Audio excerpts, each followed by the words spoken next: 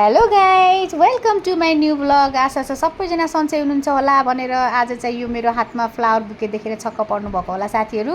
मेरो चाहिँ यो भिडियो अन्तिमसम्म हेरेर साथ सपोर्ट दिनु होला के को लागि फ्लावर बुके समाएको भनेर। कुनै पनि कुराहरू बनाउँदा समय लाग्छ। यो बनाउन कति टाइम लाग्यो होला? कम्तीमा पनि 1 घन्टा है, 2 घन्टा। 2 घन्टा नभएर त यो भएन। तर बिगार्दा हेर्नु साथीहरू, वाह यस्तै बिगार्दा केही समय लाग्दैन के, जे चिज पनि है। अब मलाई यो बिगार्ने त मन थिएन, तर पनि अब के गर्ने है। अब यो चिज त यो नभएर त केही पनि चल्दैन नि त। त्यही भएर मैले चाहिँ यो मेरो बर्थडे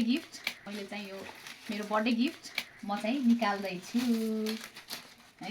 मेरो सानो चाहिँ यहाँ एकदम यहाँ लुकाएर पछाडि है, एकदम हामीले पनि बनाउँदा धेरै समय लाग्छ। अब यसमा कति समय लाग्यो होला टेपले चप्काउन है, त्यसपछि यो फ्लावरको यो सेप दिन कति समय लाग्यो होला। तर बिगार्न चाहिँ केही पनि समय लाग्दैन के। यस्तो छ मान्छेको जिन्दगी पनि यस्तै हो, हरेक काम त्यस्तै हो। के रहेछ भन्नलाई चाहिँ अन्तिमसम्म भिडियो हेर्नु होला है साथीहरू। बाबु के गर्दैछ?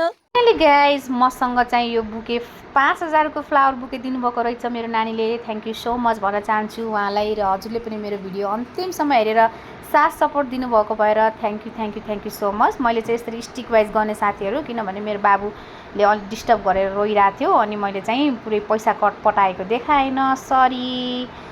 बाई बाई, नेक्स्ट भिडियोमा।